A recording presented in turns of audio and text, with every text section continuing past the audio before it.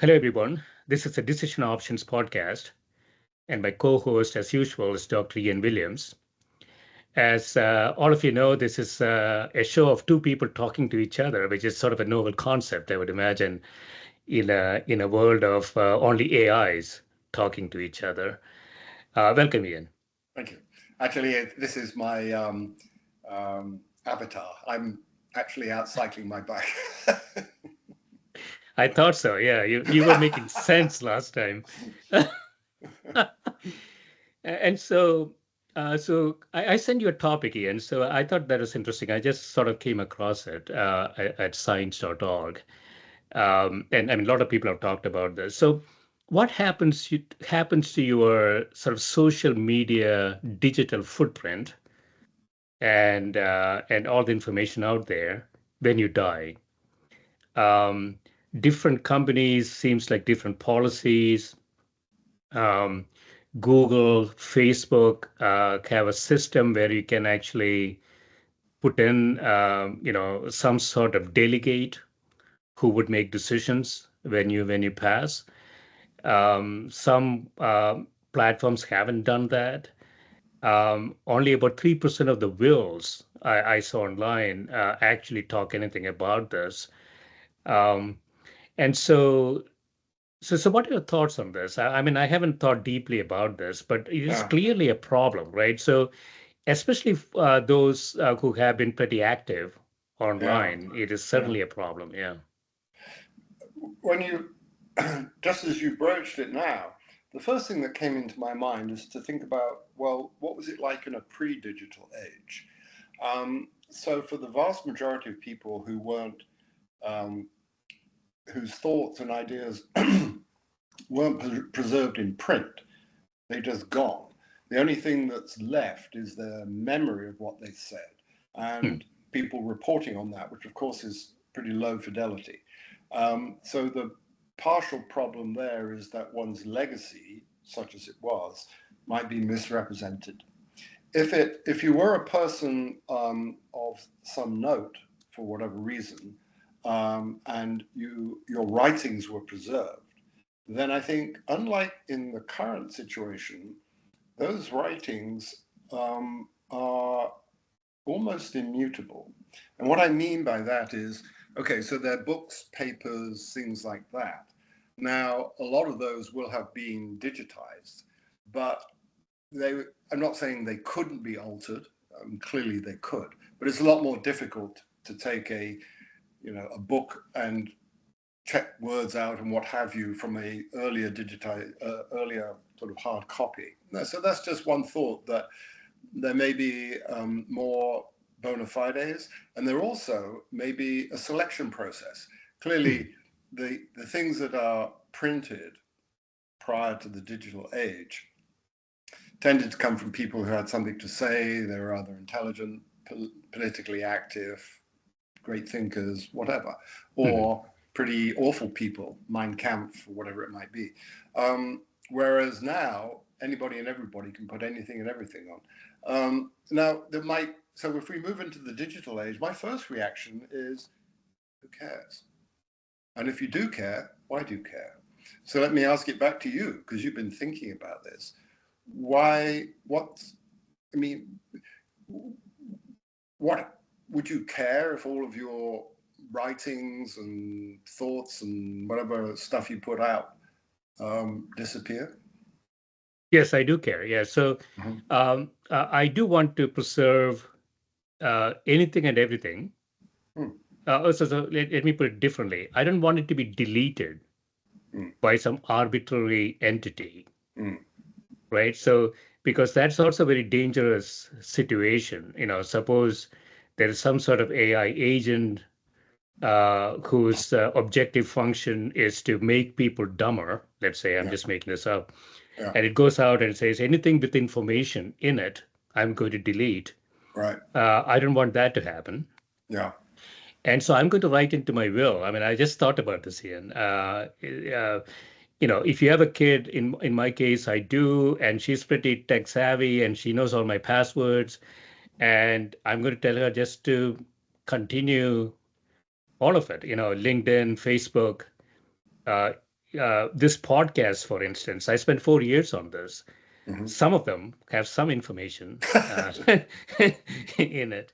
I didn't want it to be destroyed Yeah, for whatever reason, right? yeah. So this is I mean, it goes into sort of the legal questions around it. Once you die, a lot of companies have different. I mean, the policies spectrum on this is highly confusing. Different companies have different policies. There is no legal framework around this, Hmm. and so perhaps, I mean, there are two questions. One is sort of a lot of a sort of a larger policy question. Should there be a uniform framework around digital footprint? I would argue yes, but given the state in Washington, I don't know if this is going to happen for a while. But I think it is happening elsewhere, like in Australia and elsewhere. I think they are much more advanced in their thinking about this. I mean, this is a certainty. This is going to happen to almost every person. Yes, Yeah, anybody born after 1995, let's say, will have some hmm, digital footprint, yes. and even both of us before that may have some digital footprint. So this is a universal property Mm. of a human right now. And when the human goes away, that property doesn't need to be destroyed, by definition, right? Right. Well, you raised some interesting points. Implicit in one of them was I heard you say, if not explicitly, but certainly imply, that your work, these podcasts, does, for example, have value or could have value. I don't know about value, but I would say it has information. Now, value comes only by people using information. Right. Now, information could be bad information Right. and good information, but it has some information content, I would say. Yeah. So let's say potential value, or it has value for what can I say? Uh,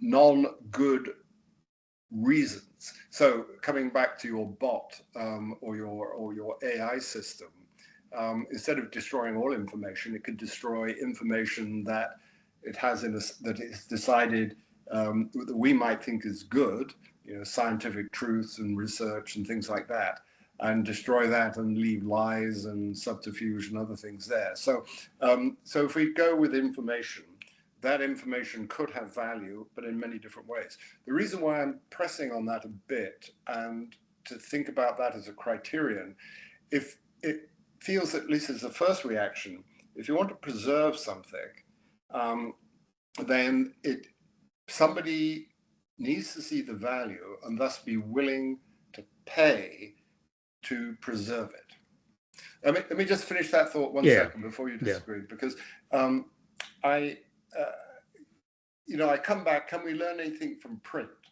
So early writings have, not all of them been lost, but a lot of them have, even though technology is starting to read scrolls and do all kinds of interesting things with Roman and pre-Roman authors. But clearly, books have tended to fare pretty well, if you think about it. That's just a In fact, legacy phenomenon. what?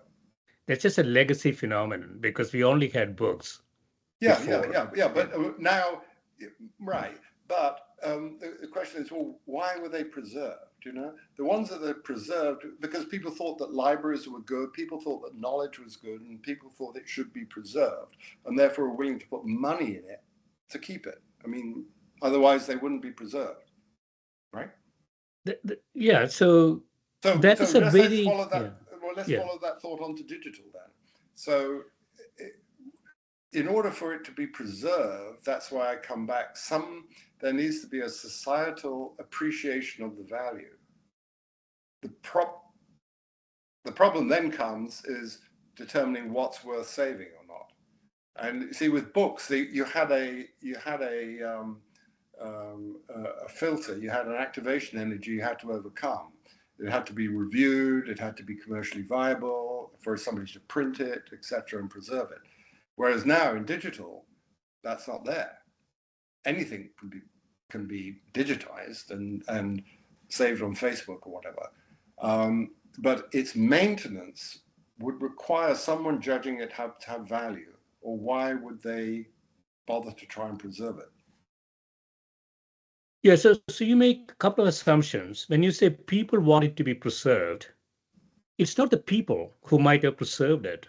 It's the Roman king or the Egyptian queen who preserved it or whatever. I mean, it's not like this is not a process where um, society sits down and decides, this has a higher value, and this is a bunch of idiots No, that's who not are right. Yeah, okay. that's not right, Gil. No, it's a purely economic issue. The fact that libraries and scrolls were preserved by auto by kings and queens is because they had the money. And then as soon as the printing press became available, even in the early 15th and 16th century, the only people who could really afford books were wealthy. But once you have Shakespeare and Goethe and many other people, that people saw there was value in what they were writing, and it had benefits to society, then that people wanted to preserve it. And then you had the advent of libraries. Well, libraries have always been there, but public libraries, I don't know when they really came into existence, probably in the Victorian times, early 19th century, because that's what we're really talking about. Public money was put aside to preserve books, and that's why Yeah, they're but it's there. a very inefficient process, Ian. Well, it may be, but it's what So was there, right? So now, if you consider yourself some sort of a Shakespeare and you want to keep your podcasts, you either get them supported by the New York Times or whatever, the National Review, and then they're archived, and then you start worrying about how that archive is maintained. how is it Or you different from Shakespeare? what? It's exactly the same. Yeah, If I bought a New York Times today, they would say, "Who the heck are you? yes, Why?" yeah, So, so what you're arguing for is this is perpetuation of the status quo, where the royalty or a group of people like New York Times or Washington Post think these are of high value to society. mm-hmm. They don't know I'm not what is saying of high value to I'm society. not Yeah. advocating Yeah. that, but I'm saying that the only way for it to get preserved, it has to have some um, value to somebody. Not necessarily. So, I think so. If you yeah, don't have value, why would they bother? it is not there, Ian. So, so fast forward to the digital world, right? Yeah. The cost of keeping the 500 episodes that we did in Scientific Sense for next 1,000 years, the cost of doing that is a couple of cents. Yeah. It doesn't, there's no need for valuation processes or New York Times saying, "Oh, this is great thing." There's no need for any of that. This is this is a different scenario. Okay.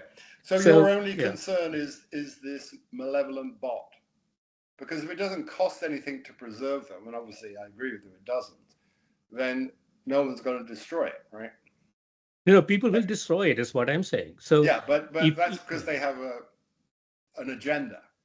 There is they have an value in agenda, they destroying them. have a need or Yeah. whatever, right? So Right. so in some sense, this is a defense mechanism that you Mm. should write into your will Mm. to say, yeah, I mean, whatever I said, I mean, if you want to do it, right? If whatever you said is consistent over a long period of time, you say, yeah, I want it to be all preserved. I don't care if Microsoft thinks it's valuable or Google thinks it's valuable. Yeah, I want it all preserved. Um, and so only about 3%, as I said, write this into their wills. Only about 15% of the population have shared this with their kids, their passwords. And Mm-hmm. if somebody is going to a delegate, let's say, is going to manage it. Mm-hmm. So people haven't really thought about this, in Yeah. detail. But I think it's actually the digital estate, from a legacy perspective, is probably more important in the will than all the physical estates. All the finance guys are all over it. Mm. Uh, Yeah, but they don't have any clue about the digital estate that you have created 30, 40 years. So that's interesting. So let's say that, and I guess this is the question you're asking, is how do you codify that in a will? And That yeah. what would be the consequences? What could possibly be written in your will that would prevent me, as a Facebook or whomever, just deleting it when you're dead?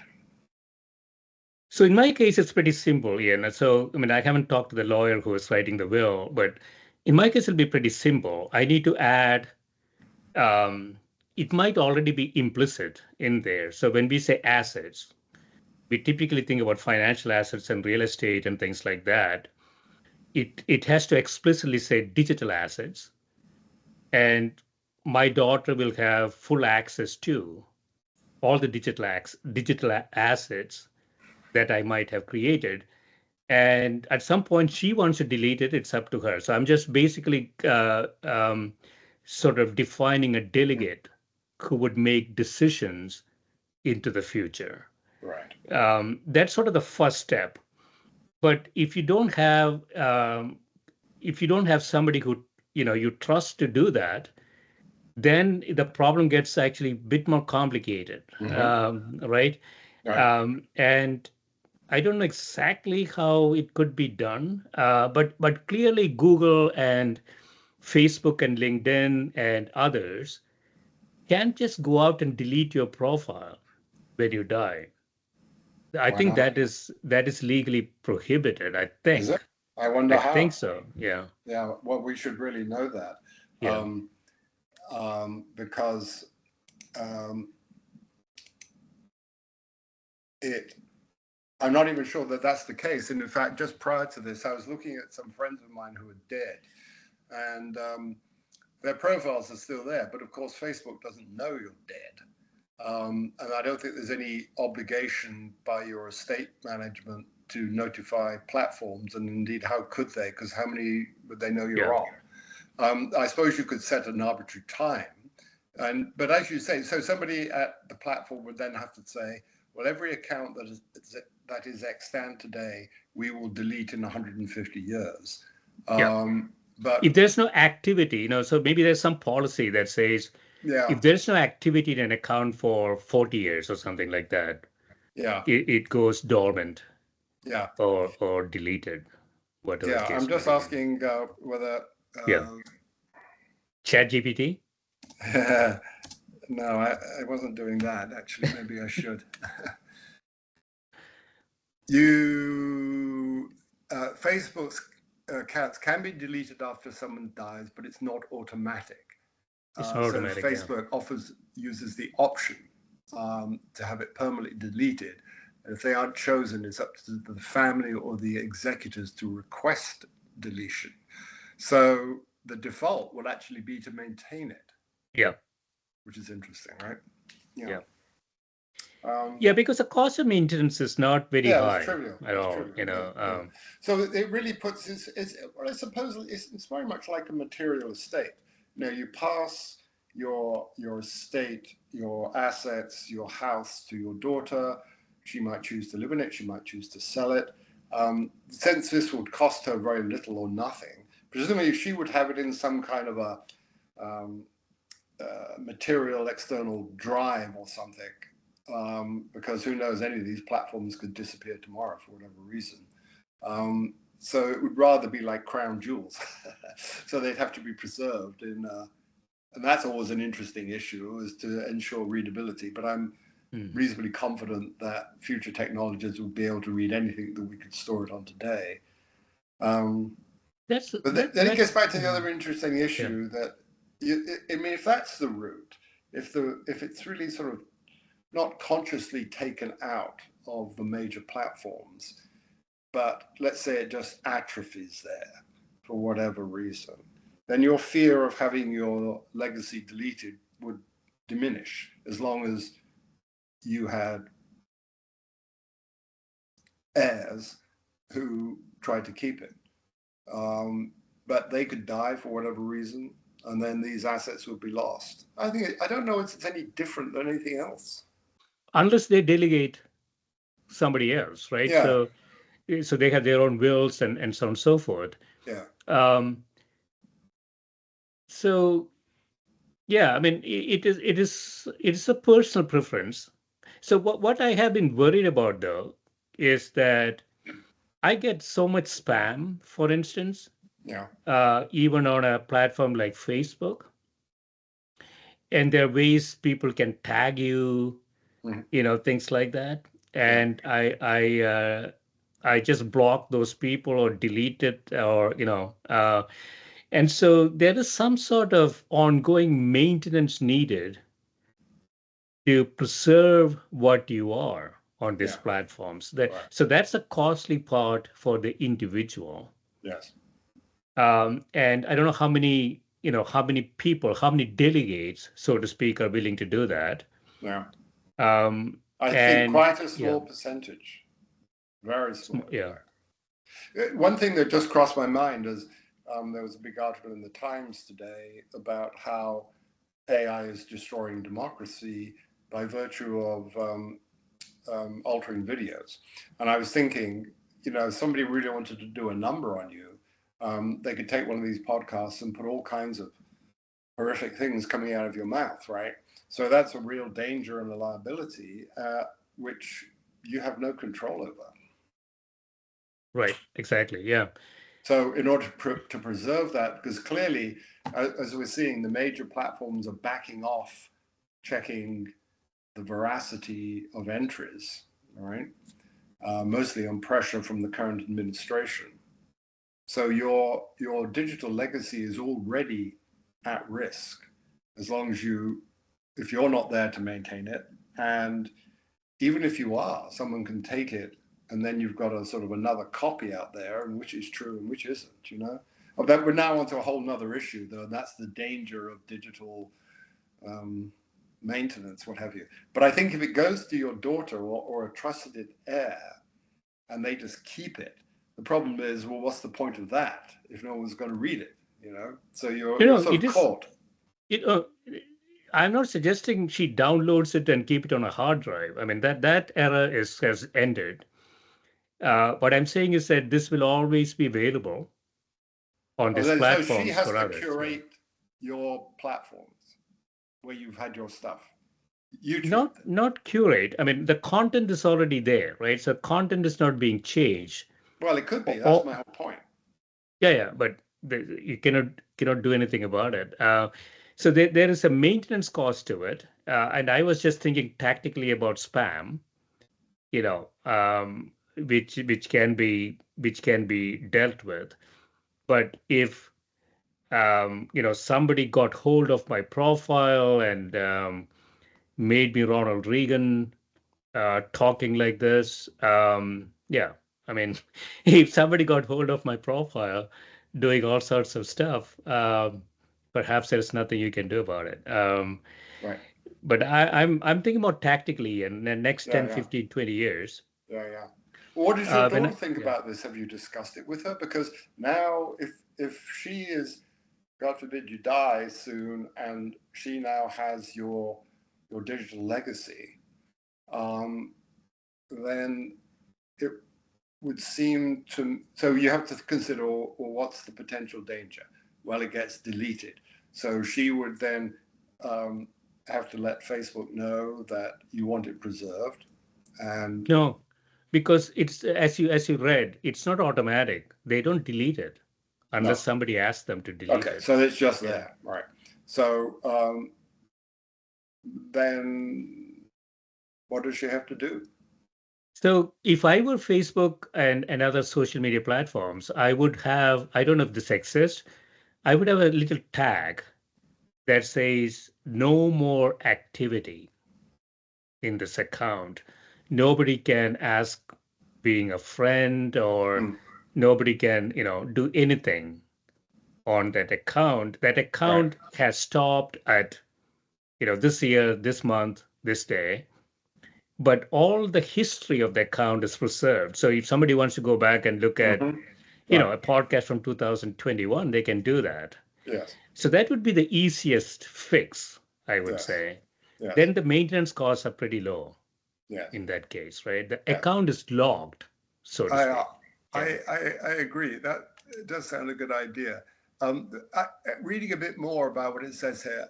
Um, so let's just taking Facebook. It offers the option to memorize or permanently delete the account. If neither of these options are chosen, it's up to the deceased family or executors to request deletion or memorialization.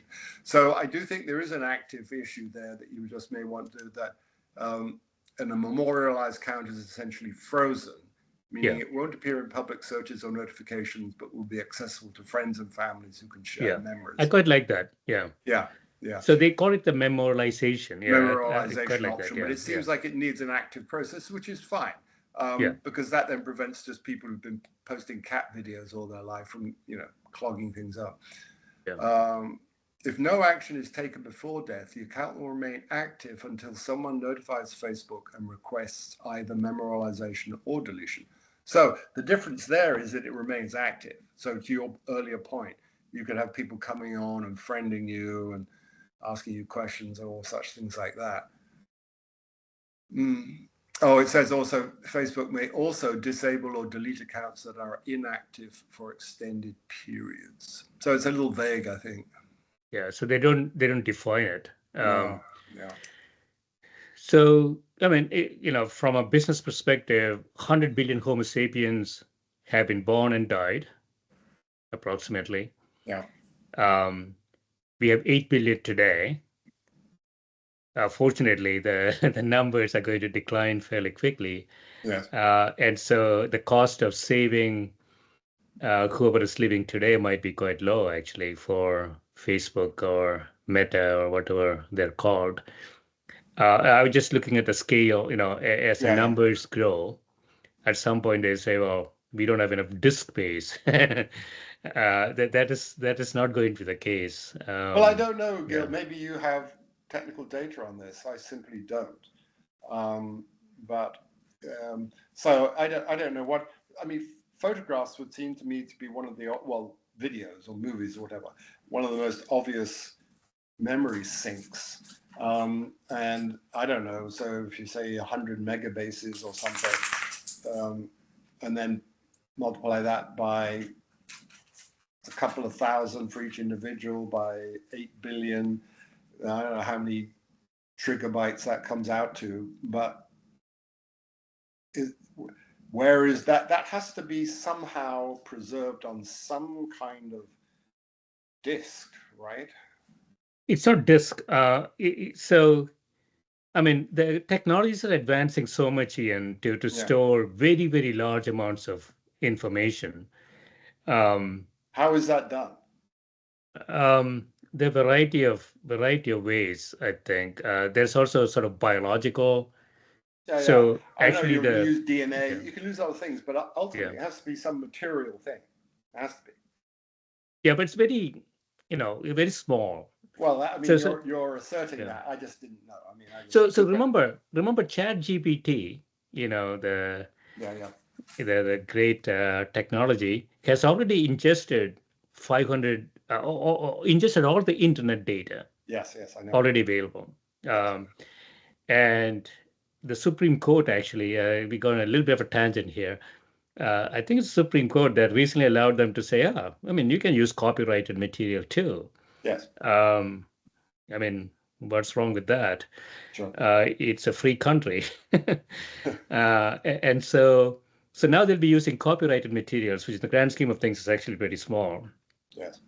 So just on that fact, I mean, this is a little thing sitting in Silicon Valley, ingested all the Yeah. internet. Sure. You know that data storage and Yeah, it's stuff not an is issue. not So very where are not we very on all expensive. where Yeah. are we on all this? So it seems like if just to use you as an example, if you say in your will that I want my heirs in perpetuity to ensure that my podcasts and digital footprint on these media, these platforms, but you'd have to specify platforms. And No, one I'm of them are going to moral. say in my will, Ian, I mean, I have to talk to my lawyer, but I'm just going to say I want everything about me that's out there in electronic form Yeah. be preserved. Yeah, you can say that, but it doesn't mean anything if it can't be actioned, does it? So Yeah. if So I'm running a platform that happens to have some of your stuff and I just want to delete it because I don't like you, there's no consequence, right? yeah. So the major platforms may not be able to do it, but I mean, if I use some sort of thing that is going bankrupt or something, yeah. I mean, I cannot control that. Um, Right. Or I but mean, but you're not trying to put aside resources that your heirs would check these platforms on a regular basis and threaten to sue if they do no, something. No.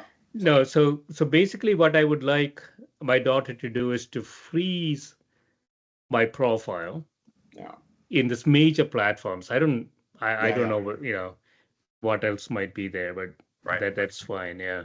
Yeah. So it is the big four or big five Yes. that you Sure. can think of. Right. Yeah. Well, that seems like eminently doable today. I think it's doable. I think it's Yeah. doable. Yeah. Right. The only issue would be if they disappear. Yeah. Then she has to have her own, sort of delegate and will and all of that. Yeah. I mean, So it whatever goes on from comes that. Yeah. along, if anything, would then have to assimilate that. Perhaps a more interesting, well, so an interesting question is why you feel it's important. Um, I'm asserting that information in quantum mechanics, we say information cannot be destroyed. And I'm asserting that in human life, information should not be destroyed, and there cannot be somebody who judges the quality of information Mm-hmm. because that's a status quo opinion, I would Yes, say, right? I agree. And so this is a general concept that information should not be destroyed, Mm-hmm. whether it's just Shakespeare or somebody sitting in Mumbai or Yeah, right, information should not be destroyed. Yeah, right. Yeah, that's where I'm coming from. yeah. No, that's a noble cause, Gil, I think. So it would be great to amplify that. So it's not just you and your podcast, but how could one could argue that the internet and the associated advances have essentially enabled this, whereas before it was only a few who could get it into print or a recording. Yeah, yeah, yeah. Now have a seamless and cheap way to do that. We democratized creation of information. Yeah. The Yeah. next interesting question, though, then comes back to a sore topic between us, and that is, will this confer any value or utility, perhaps let's use the word utility, to the human race? It's unpredictable, I would Yeah, argue. yeah, So, when you walk around, I don't know, Rome, and you found some old book and you picked it up, you didn't know what it was all about, and on page 61 you got an insight of some sort. Just make this up. Um, the, whether information has value is not predictable, right? It depends no, on I agree. the Yeah, user, the of availability course, of that, which is a no stochastic question. process. Yeah, yeah, So I'm coming from a general construct which says, yeah, don't destroy any information. I yeah. mean, Right. destroying information, we can actually technically prove has a negative value, Yes, yes, right? Yeah. yes. Um, I suppose the only caveat with all of that is, does information have quality? In other words, implicit in that, is it that the information by some metric is, quote, true, as opposed to disinformation, whatever that means? Yeah, truth is also a longitudinal phenomenon. What we Yeah, thought as truth 100 years ago is clearly yeah. not truth anymore. Well, there's that Uh, element to it, but there's also a vertical axis to it, in the sense that people will say fundamentally different things about the same observed phenomena. So there'll be disparate information. yeah, And I think you're advocating capturing all of that. all of it. Yeah, Yeah. And so then that raises the question of its utility in terms of how do you assert, well, the only word I can use is what's true or not. I can't think of a better word. The reason I'm pressing this a little bit is that one could imagine a situation where, if now, let's say that AI had captured all of the thoughts and ideas and beliefs of people in 17th century Britain, anywhere, the world. And there would be a whole spectrum of beliefs. They believed in witches and Lord knows what else.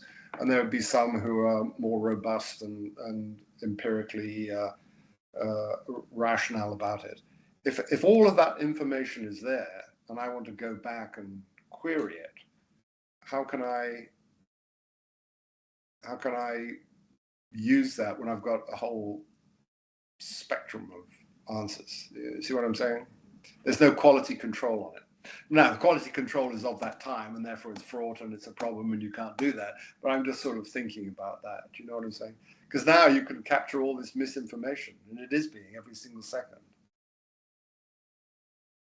yeah. So there is no misinformation. Ah, There is only information, okay. and so given a large amount of, let me call it noise, for argument's sake, Mm-hmm. um, what you extract from that is completely up to the user. Yeah. So any ex ante prescription that this is misinformation and this is information is value destroying, Mm-hmm. because what we want is the total information content Mm-hmm. and let the user Mm-hmm. use that, right? Right. So anytime you take a chunk out of this saying, hey, this has no value, that Yeah. hieroglyphics in Yeah. that Egyptian tool, oh, I mean, Yeah. I don't understand it. I just throw it away. Yeah. Yeah. Yeah. Yeah. You destroy value Yeah. when you do that. Yeah. Yeah. That is interesting, isn't it? So I'm thinking where, well, let's just take, not getting into politics, the recent bombing of the Iran nuclear sites. So after that occurred, there were a whole gamut of descriptions as to what happened. Totally destroyed, set back the program 10 Yep. years, set it back 2 weeks, and everything in between, right? So all that information is out there. Yeah. And I suppose historians going back to this time to see, what did humans at that time have to operate on, would see this whole spectrum and Yes. thereby infer that there was a warped political reporting of this. And you've got, these whole things. Of course, they would then have a post hoc analysis and have the quote real answer, I suppose. But anyway, the information would be that clearly there is political value in misrepresenting what happened. So that would be important information, I guess. Mhm. But it wouldn't necessarily help you understand if there were any objective truth as to what really happened. Yeah. And So that would I have would to come argue. from a filter. You'd have to say, okay, well, the CIA or whomever Hmm, your credible source was, is what you'd have to believe. Yeah. hmm. So I would argue more generally, there is no objective truth. Yeah. Truth is truth is relative to the individual. So and then it's a time dependent phenomenon. Truth is changing over time. So anytime we say there is truth, that is a that's not a that's not a true statement. Well, you can just say at I this time. You can say at this time. Sorry. You can qualify it by saying at this time. At this time, but then, so as you say, there's a time dimension to it, there is a space dimension to it. On the space dimension, are your perspectives, your biases, Yes, your expectations, your correct. optimization problems. And so truth is totally relative. I mean, Mm, there's nothing absolute about truth uh, in any scenario, I would mm. argue. So I wonder what are the implications for. So as a someone who's trained in science for decades, um, I'm trying to think this through. Where of course we bandy around the concept of truth, and we qualify that by the experiments and observations that were performed to draw a conclusion. And so I suppose your argument would be that that conclusion is predicated on my sex, religion, cultural belief, etc., etc., etc., and not on any um, non-human objective criterion. No, I'm not saying that. So they just make it very practical. You run a clinical trial, a controlled clinical trial, and you got a p-value of 0.04 or whatever, 0.03. You say, I'm going to repeat this trial, and now I got a p-value of 0.05. Is that confirming the truth that you got in the first clinical trial? Well, all you can say is just report the data. So there is a, what is it, a 0.05% chance that this is not real, and there's a 0.04% chance it was not real. Yeah, so you're using a tool, statistical Yeah, hypothesis testing, started in manufacturing, yeah. nuts and bolts manufacturing. Um, and we're using that tool as if this is such a robust tool to get to the truth, Mm. right? No, I think no. Um, That's not. No, you see, Gil, you often have a. You start with an interesting point, and then you start you start slurring it. So what is actually being done there is okay. We have this drug. We've tested it in this disease, and these are the data, right? So that in a certain percentage of patients, there appear to be some benefit, right? And that is sufficient for our marketing group to want to take this forward and sell it to the oh public. yeah, Right? marketing. I know that. Yeah. I know you do. And so um, that's all it is, right? Yeah. So going back to the truth, then you're saying this is not truth. So you I run a didn't say clinical that. trial.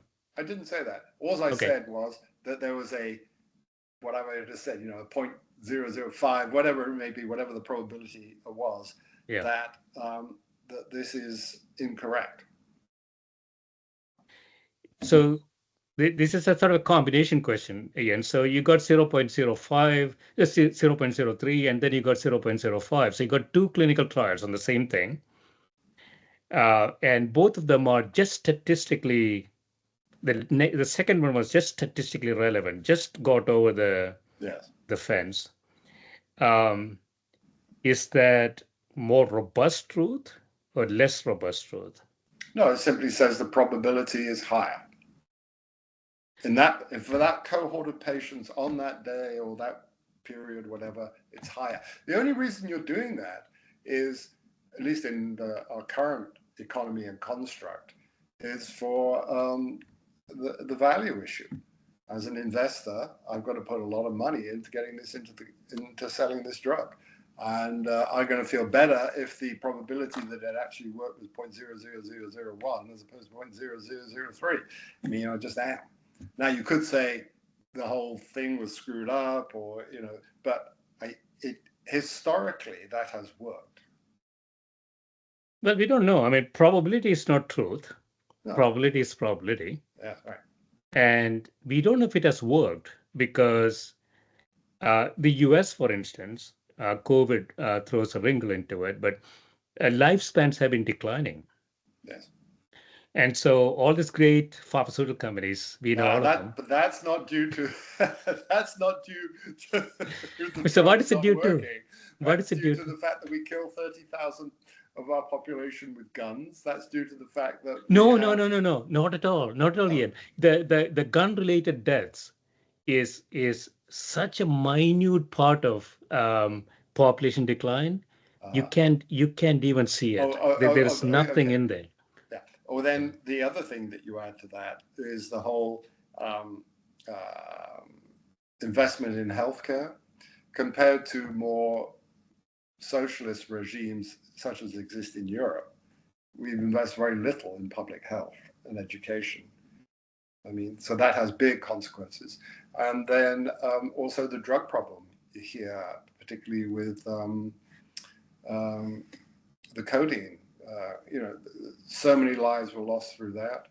Um, so I think that is not due to poor drugs, because if that were the case, you'd find most of the drugs are discovered in America. So you'd expect to see a diminution in mortality, in survival, an It's increase in not mortality in Europe. it's not poor drugs. What I'm saying is that um, we haven't really improved lifespan. And we talked about this in before. We Yeah. have clearly reduced utility span, which basically means that, yeah, I mean, if I have if I have dementia and I'm 80 years old, I have crossed the threshold of 75, my utility living Mhm. with dementia is not particularly high. Right. Uh, and so if I look at the societal sort of utility, yeah, I don't see much in life sciences innovations. Mhm. Well, Um, we have talked about yeah, this, and we disagree very fundamentally on this. Perhaps we can only agree on antibiotics and antivirals. But as someone who has significant illnesses, um, I do know that my life has been improved dramatically through pharmaceuticals. I mean, I just know that. And by extension, I can see that's true for a lot of people. Even if it's only taking an antacid and not yeah, having reflux, that's a yeah, huge improvement in the quality of life. A yes. huge improvement. And so it goes. And Homo sapiens might have figured out some leaf or some nut that would have done that. Well, They wouldn't know they exactly had what chemical. Yeah. 250,000 years. They didn't quite manage to do that, except for chewing willow bark. But so I'm in favor of Mr. Black, the scientist who discovered histamine subreceptor types, and SmithKline French, who were able to develop a drug to treat it. So I'm not dinging on pharmaceutical industry. I'm saying, yeah, so truth is longitudinal. I mean, we learn some things, yes, those things go away, and then we learn some new things. absolutely. So at any point in time, it is both time dependent and space dependent, I would say. So the truth for us could be quite different for truth in a developing country, right? Well, So, it would be yeah, interesting to come up with an yeah, example of that, because I think that is an interesting one. Try and think of an example where something that um, we would hold, the average person in the street would hold true in the United States today, but somebody yeah. in Malawi or wherever would not. Yeah, so truth I would argue, is a more societally complex construct. So suppose in the US, I say my objective function is to live for 100 years. So I'm going to exercise, I'm Yeah, going to reduce my cholesterol, as my pharmaceutical companies have told me, yeah, yeah, yeah. that's great. Reduce my sugar. Again, Yeah. my pharmaceutical companies have told us, it's great. They'll say, well, in Malawi or wherever, so I'm not going to do any of this. Mm. I just eat some vegetables and Mm-hmm. you know drink some coconut water, whatever, and I'm okay. I mean, do I really want to live till 100 years? I mean, this is sort That's a of whole a yeah, different you question. That wasn't an example of the truth. A better example, actually, is here in the United States. yeah. So you may be aware, of course, that uh, at least for pediatric vaccines, um, a substance called thimerosal is included, Hmm. and that a number of people believe that that causes autism, right? So they won't vaccinate their Okay. kids. I didn't know that. Yeah. Yeah, they do. So they won't vaccinate their kids for influenza, which, you know, will kill young children if they get it. And there are other people who say this thimerosal has been tested ad nauseum. It's perfectly safe. I vaccinate my kids. So there's an example of truth. Different takes on the same data, right? One believes that it's true that thimerosal will cause autism, and another that doesn't.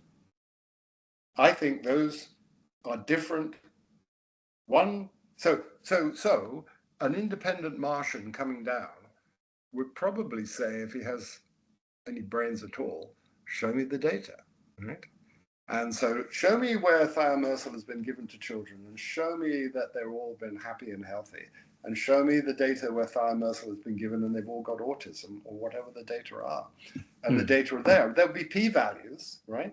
There'll be some kids who've got thimerosal that developed autism because other reasons, but there will be a p-value difference, and some believe it and some don't. So is that a relative truth?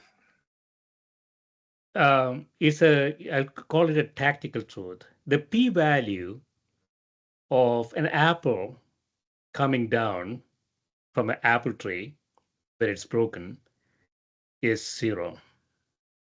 That's a p-value. So anytime you say I have a p-value of 0.000001, says that you don't actually know the truth. You have some probability. But it's different. It's different from the p-value of 0.1. Yeah, but that's a big difference. If I say to you, it's like I give you a gun, Gill, and it's got 1 out of 6 chambers has a bullet. What's the probability randomly that you would have a bullet? Oh, this one's got 5 in. What's the probability? You don't believe there's a difference in those probabilities? What I'm saying is that truth. No. Answer the question. There is a difference in probability. Yeah. I mean, I live my whole life on probability. Yeah. And one that you would act on. But probability is not truth. I didn't say it was, Gill. But yeah. I'm saying, I'm not sure what we're arguing here. I'm saying that we're talking about truth, Ian. So you argued that the vaccine having this this element, this thing, I don't know what it's called. Clinical trials have shown there is no truth, quote unquote, to this thing causing autism. To the p-value of 0.001 or whatever you said, yes, right? As soon as you put a p-value on it, I would argue it's not a truth. Okay. If I cut an apple on an apple tree, the p-value is 0. Okay. All right. I accept that. I don't know how useful that is, but I accept it. Because I don't act on that principle. I don't lead my life on 0 and 1 probabilities. Nor do you, because you make investments when you don't know the probability. Yeah, if I had any money, I'll definitely make investments. No, so all I'm arguing is that truth is relative. And well, I don't know if I'd let you have that. I think what I've heard from you is that there's no such thing, or there are very, very few things as truth. And the only thing that you accept as truth is if it has a p-value of 1 or 0. I mean, p-value of 0. P-value of 0. Yeah. That is truth, because yeah. And you'll only find them in physics. You can't find them in biology at all. No, for sure. It's a very really imprecise science. Right. We could. I don't know much about this, Ian, but I mean, you should know. There might be p-value of 0 in chemistry. Do you think? No, because thermodynamically, any reaction can go the other way. The probability of that happening is so infinitesimally small, but it's finite. But even coming to your apple, for example, or the sun rising tomorrow, you could say that there's an absolute probability. I mean, no, sun rising tomorrow doesn't have a p-value of 0. I didn't say that. No. Why not? I mean, the sun could explode. Okay. Well, Yeah. I wonder, there must be, interestingly, I just said, if you consider why an apple, so you take a pair of scissors and cut the stalk of an apple on a tree, and the probability that that apple will fall is certain, It's one. Yeah. is one. 1.0. Now, if you actually then start to disaggregate, why does that happen? Okay. So when you've separated that, the mass of this apple is greater than the resistance of the air, yada, yada, yada, yada, yada. But theoretically, it could go upwards. I mean, there's there is a finite, hey, there is. You just look at the equations, I mean, it's like an explosion. There's a theoretical possibility that it all comes back together. And I'll find you some references for that. But I don't know what we're talking about here that makes any real difference. But I think to say that, okay, so what I'm really taking away from this is you're saying, Ian, when you talk about truth, you're really dealing in probabilities, and there's no such thing as an absolute truth except for apples being cut off trees. Okay, Gill. All right, I'll live with that.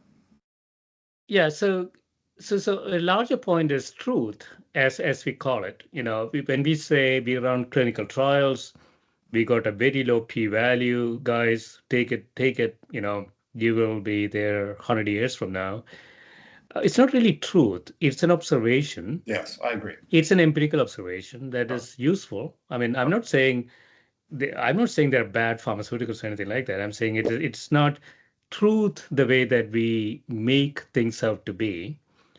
And Yeah. it has a policy component. It has general societal component to it. So when scientists go out there and assert truth, it has only negative value, Yeah. I would say. So I would really Because question, yeah. So I would challenge you a little bit, because as you were talking, I think that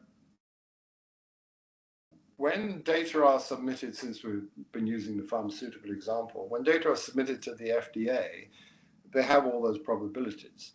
And when it is marketed, now you could question whether the sales force says, well, there's a 1 in 100 chance that this won't work, or whatever the probability was in the clinical trial.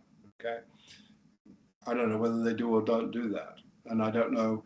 But I think you often hear the case when someone goes to a doctor and he or she says, well, you need this procedure, this operation. All right. And there's a 1 in 10 chance that you'll die from this, or there will be a very deleterious side effect. Well, okay. So it's not a truth issue, but let's assume that has been done enough times that that's a robust probability, literally. there's a risk management. Yeah, exactly. So, and I think the same is true with drugs. I mean. Oh yeah, completely. Yeah. I mean, the whole thing. So we're really not talking about. But I think you were casting doubts or what kind of aspersions on the pharmaceutical business, saying No, that it says, I'm not. I'm saying these are not truths. this drug will work, and it's true, like statins lowering your cholesterol and making you live longer, as opposed to a probability. Yeah. So all I'm saying, Ian, is that these are not truths. Yeah. Okay. Maybe we have different definitions. Well, no, I don't think we do. I don't think we do, because I agree. In shorthand conversation, I mean, I've had this discussion with so many friends. They won't take statins, just as an example, because they're afraid of muscle wasting, or I don't know, whatever, some hocus pocus. You read any insert for any drug and your ears will fall off or whatever, But I say, look, you take this drug, you're going to live longer if you don't take the drug. Now, that might sound like truth that I'm saying. What I'm really saying is the probability is, and let me show you the clinical data, and it's this much, and if you want to wade through it, but at the end of the day, you stand a 9 out of 10 chance of living longer with this drug. But I'd say that's truth, I think. So we're running out. You have a bit more time? Yeah, I have a bit more time, maybe 10 minutes or so. Yeah. Okay. So have you seen this Mendelian randomization technique? No. So it has become quite big, actually. There's so much on PubMed on Mendelian randomization. So, so suppose you take a process um, where there is some confounder that has an impact on cholesterol and some impact on heart disease. And we observe only the cholesterol part, and we say that reducing cholesterol has an impact on heart disease, but we haven't quite found the confounder. And so what this is saying is that let's go find. You can run some sort of Mendelian simulation. You can just let's go find something that impacts cholesterol in a pure way, and then we can try to sort of connect Mhm. that with heart disease, right? And so we can do some mathematical simulations and see Yeah, if that is actually doing it. right. I think it is an interesting way to think about it because um, again, I don't want to pick on life sciences, Ian, but we uh, we look at things that are easy to measure Hmm. and say, hey, I found a correlation. Yeah, And hence I have a $15 billion drug out there, right? right. Um, one should challenge that to say, Hmm. well, I know that you want to measure cholesterol. I know that there is some correlation, Sure. but is cholesterol really affecting heart disease, or is there some confounder out there that we should be looking for? Yeah, Very good question, and it's the old adage, correlation is not causation, right? And exactly. Yeah. I suppose my response to that is, again, I think it has to be one with statistical probability because it's so difficult to find an agent which has only one action because you Hmm. can't know what you don't know. It could be doing 1,000 other things that you just can't measure. So the experiment is practically impossible. I mean, it's an interesting intellectual experiment, I suppose. But then I come back to, and this is well trodden ground, that if we do reduce LDL cholesterol with statins in 20 million people, and we take another 20 million that we haven't given statins to, if all the other confounding issues are normalized by those large populations, is there a difference? Is there a significant difference? And you just look at the data. And if it's 0.1, you think, And if it's 0.1801, you think, okay, I'll take it. I mean, isn't it just as simple as that? Yeah, I mean, what Weekend's argument again is that it is not very robust in the sense that the incremental benefit you get from statins. I'm not digging on statins or anything. Yeah, I think sure. statins is still, I take a statin, so Yeah. there is no issue with it. But the incremental benefit, statistically incremental benefit that you get from it is still quite small. But it's big enough for you to take it. Yeah, so let me go on a tangent. So we are creatures of what we have been told, right?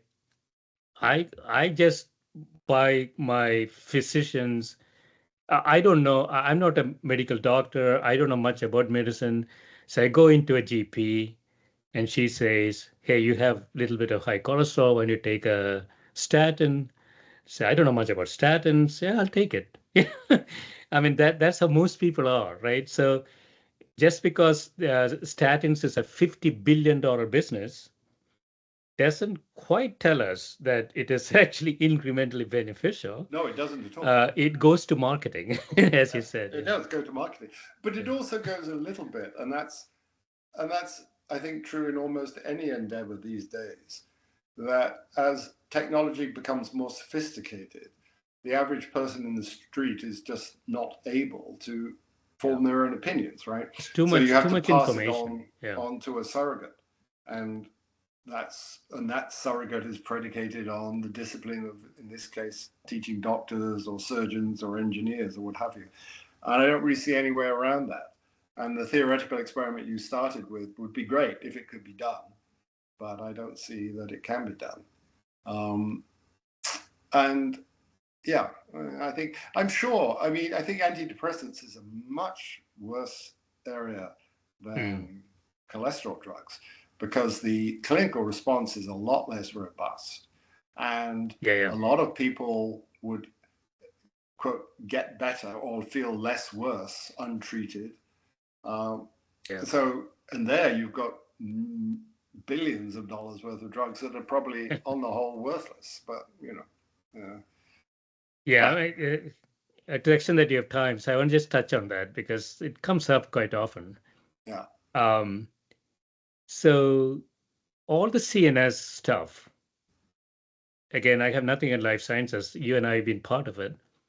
Um, cannot be shown to be um, that useful if from a risk perspective.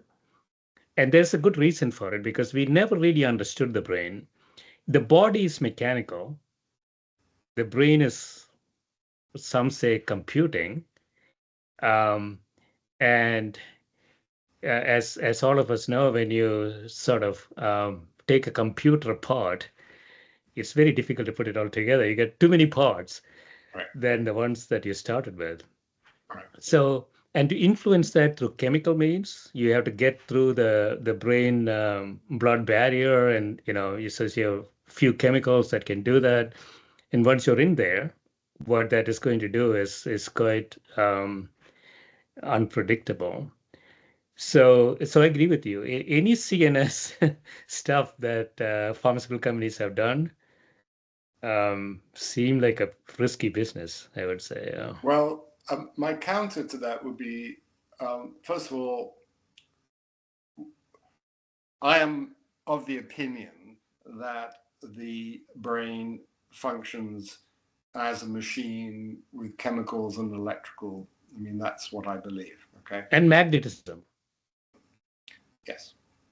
Another aside, there was a very interesting study where these moths, there were certain moths that this fellow was studying that navigated by moonlight. It's very interesting. Anyway, but so yes, clearly magnetism plays a huge role in biological. But all right, as opposed to some mysterious entity that we can't identify. Ergo, if you start putting chemicals into the brain, you will change function. I mean, I believe. Now, whether you can do it with enough specificity, so that then begs the question, if you look at where these different receptors, so any particular neurotransmitter like dopamine may have, I think currently there are 5 different kind of receptors. So if you find a drug which blocks just one of those kinds, you start to get some specificity. Now, within the brain, what does that mean? So you really have to look, you're right back to clinical observation and statistics. Now, schizophrenia has been helped with drugs. Okay. People don't necessarily like it. They feel a little bit straitjacketed, perhaps. They've lost the fun of the hallucinations, but certainly they can become more functional. Lithium, an old drug. Is it a chronic treatment? Yes, you have to. So once you're on it, you have to go on. Yes. Okay. And that's part of the problem because unfortunately a lot of schizophrenics are indigent or non-compliant. But now depot injections can be given that will last a month or more. And so lithium for manic depression works. And there's no question. So there are some drugs which are benzodiazepines for anxiety. People feel different on them. They take them. They like them. Yeah. So there are a number of the drugs do work. I think depression is such a difficult because like many different diseases, I suspect it's polygenic, and there is a whole spectrum. It's like autism. There are severely depressed people who will kill themselves tomorrow, and there are some who just don't feel like getting out of bed, and they feel pretty miserable. But in between that, who knows? I do need to go, Gill, fairly soon here. So well, so we've agreed that truth doesn't exist. The pharmaceutical companies are out to screw us. No.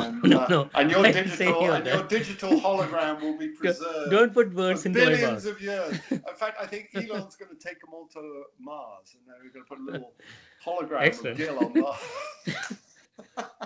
See you next week. Yeah, I'll see you. Bye. Bye.